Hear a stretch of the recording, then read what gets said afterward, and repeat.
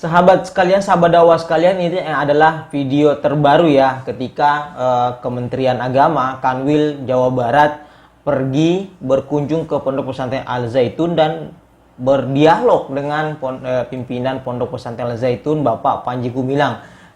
Namun sangat disayangkan apa yang disampaikan setelah wawancara ini bertentangan apa yang disampaikan oleh alumni ya, bertentangan dengan alumni bahwa menurut keterangan alumni di sana ada penyimpangan, tapi kata Kementerian Agama bikin kita ngakak jawabannya ya.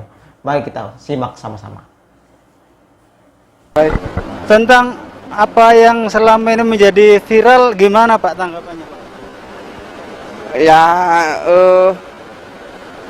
memang jadi kemungkinan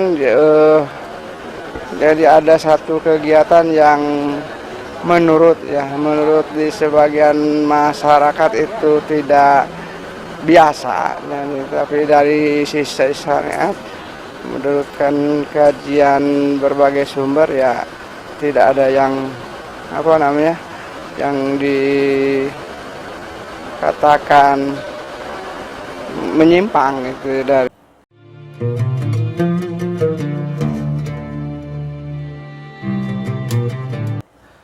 Assalamualaikum warahmatullahi wabarakatuh. Jumpa lagi dengan saya Sukmahadi Al-Mandari. Ikhwafillah yang insya Allah dimuliakan oleh Allah Subhanahu wa Ta'ala, saya ucapkan terima kasih banyak kepada seluruh subscriber. Dan untuk sahabat dakwah yang baru bergabung, jangan lupa tekan tombol like, share, dan subscribe agar selalu mendapatkan konten dakwah terbaru dari kami. Ikhwafillah, kami kabarkan kembali ini Pondok Pesantren Al Zaitun didatangi oleh Kemenak atau Kanwil Jabar Jawa Barat ya, wilayah Jawa Barat. Lalu diwawancarai, ini Kemenaknya diwawancarai, tapi apa yang disampaikan ini bertentangan dengan alumni Al Zaitun yang dulu pernah ngomong bahwa di sana itu ada penyimpangan-penyimpangan ya. Baik, seperti apa? Biar tidak perpanjang waktu ya, kita simak kira-kira apa ya yang disampaikan oleh Kemenak setelah bertemu dengan Panji Gumilang. Baik, tentang apa yang selama ini menjadi viral, gimana Pak tanggapannya? Ya, memang jadi kemungkinan jadi ada satu kegiatan yang menurut di sebagian masyarakat itu tidak biasa, tapi dari sisi syariat menurut kajian berbagai sumber ya tidak ada yang yang dikatakan menyimpang itu dari syariah kan gitu. Jadi hanya tidak lazim yang dilaksanakan kebiasaan di masyarakat. Beliau katakan tadi kemungkinan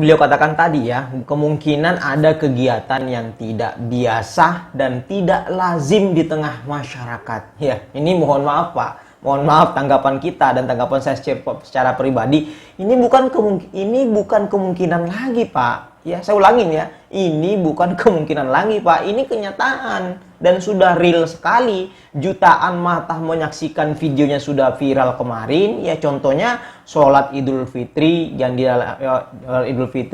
yang renggang, kemudian non Muslim ikut sholat. Kemudian softnya renggang juga, campur aduk laki-laki dan perempuan. Di belakang imam ada perempuan. Nah, ini sudah kenyataan. Ini bukan kemungkinan lagi ya, tapi jutaan umat sudah menyaksikan semua video itu. Nyata ada hal yang menyimpan di pesantren itu. Kemudian dia katakan tadi bahwa itu tidak menyimpang dan sesuai dengan syariat. Yang benar Pak. Mohon maaf, saya katakan bahwa kalau misalkan ini yang kemarin viral sesuai dengan syariat, mustahil orang-orang buka suara tentang Al Zaitun. Orang-orang mengeluarkan statementnya, ya pendapatnya masing-masing, sampai ulama-ulama, sampai MUI juga sudah menyelidiki sejak tahun 2002, sampai alumninya kemarin, alumni sendiri ada yang buka suara bahwa itu memang ada penyimpangan di Pondok Pesantren Al Zaitun. Baik, kira-kira mana dalilnya dari semua yang terjadi itu? Mari kita saksikan lagi video selanjutnya. Apa yang bisa Bapak sampaikan kepada netizen Pak supaya tidak terjadi benturan-benturan di media sosial Pak? Jadi apa ya? sebaiknya kita mengkaji apa ya, mencari literasi dari berbagai kajian literasi. Jadi kita tidak hanya melihat dari sisi sudut ilmu saja, tapi harus mengkaji berbagai macam literasi. Apakah ini boleh atau tidak boleh? Apa yang bisa disampaikan oleh Bapak ini kepada netizen ya, supaya tidak ada benturan di masyarakat ya. Kata beliau tadi bahwa kita harus memperbanyak literasi, dan kata beliau jangan hanya dari segi ilmu juga, tapi harus melihat dari delegasi. Kira-kira delegasi apa ya? Apa kira-kira ya delegasi apa? Mari kita lanjutkan lagi, kira-kira videonya seperti apa lagi. Pak, Apa ya? Jadi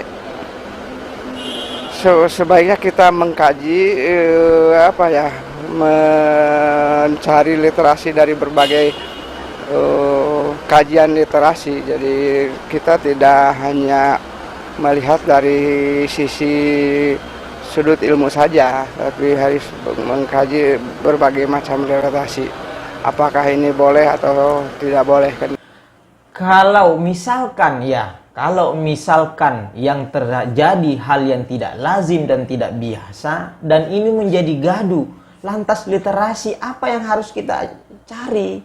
Literasi apa yang dicari? Sedangkan sholat di belakang imam ada non muslim, itu tidak ada literasinya di literasi manapun, nggak ada dalilnya, nggak ada literasinya. Lalu ada perempuan di belakang imam, itu literasinya dari mana? Perempuan jadi khotib Jumat, itu literasinya di mana? Di mana literasi tersebut? Tunjukkan pada kami semua, wahai Bapak Kemenak Jabar. Makanya kalau tidak mau gaduh, makanya luruskan. Itu dah saran dari kami, luruskan. Satu, laki-laki dan perempuan sholat bercampur dalam satu saf, luruskan bahwa itu tidak ada dalilnya. Kedua, non muslim ikut sholat ada di belakang imam, luruskan bahwa itu tidak ada dalilnya. Ketiga, softnya renggang padahal bukan masa pandemi, luruskan bahwa itu tidak ada dalilnya. Keempat, mazhab Bung Karno, luruskan, sampaikan kepada masyarakat bahwa itu tidak ada yang mazhab Bung Karno dalam Islam ya.